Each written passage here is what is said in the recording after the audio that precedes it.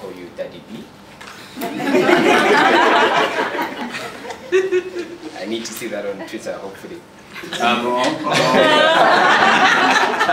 Okay, so first of all, we want to appreciate the new focus you've given to us as young people as part of your strategy as UNFPA, including the focus on women and girls.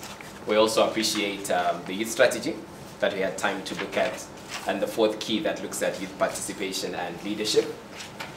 Also, as you know, AFRIAN has been in existence since 2005, and we are trying our best to facilitate youth participation in about 41 countries.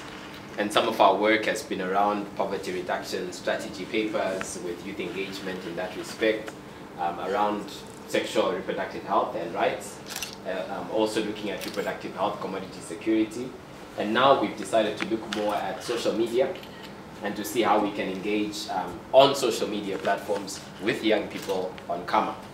So this is the reason why all of us are gathered here, including the Ethiopian Nigerians. And the idea is for us to find ways to effectively engage young people. So some of the discussions we've had around the youth strategy, for example, are to try and see how the youth strategy can respond more to the issues of young people.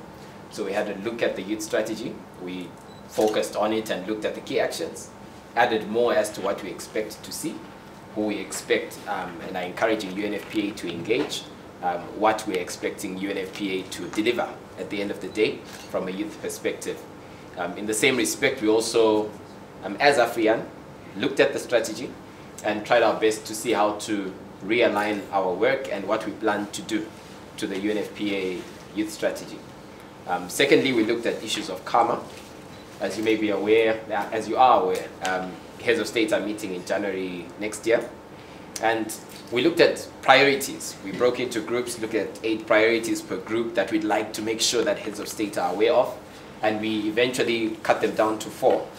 And some of the issues are on educating young people, ensuring that young people have access to services, particularly through mobilizing young people to take up those services. We looked at holding governments accountable.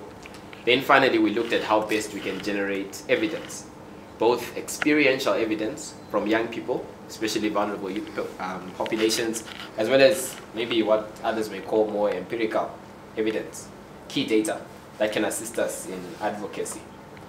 Then we looked at the demographic dividend, and we tried our best to interrogate our minds and see how we can, or the recommendations for UNFPA to increase its investments in countries and in young people to help them reap the demographic dividend and effectively plan for this in the years to come.